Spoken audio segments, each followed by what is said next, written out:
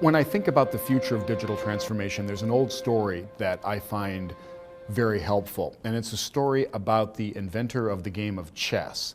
The legend goes that the inventor took his creation to the Emperor of India and showed him the game. And the emperor was so impressed by the beauty and elegance of the game of chess that he said, "You can name your own reward. Majesty, I'm a humble man. All I want is a pile of rice. Put 1 grain of rice on the first square of this chessboard. Double that, put 2 grains of rice on the second square, double that, continue on, and when we've got 64 squares full of rice, just give me that quantity of rice." And the emperor says, "You really are a humble man, make it so."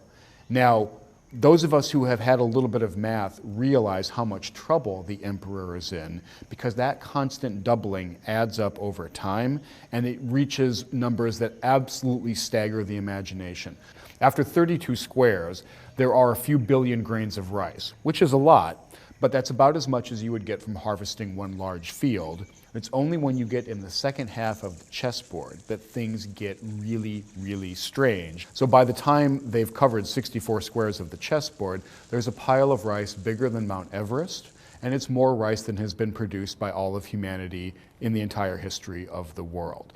When the emperor realizes how badly he's been tricked by the inventor, he has the guy beheaded. He cuts off his head.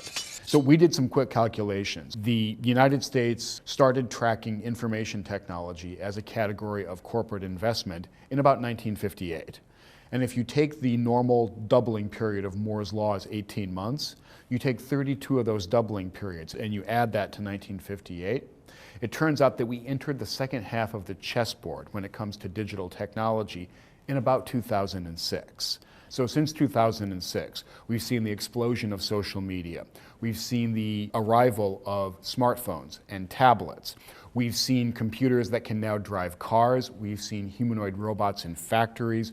We have seen a computer be the world champion in the quiz show Jeopardy! All these things have happened since 2006. So to me, that means that we are in some new phase. Maybe we have just started the second half of the chessboard when it comes to the power and the impact of digital technologies. And if what I've just said is true, if there's any truth to it, there's one conclusion, and that conclusion is we haven't seen anything yet. And I firmly believe that the digital innovations that are going to come and that are going to affect the business world are going to be absolutely transformative in the not too distant future.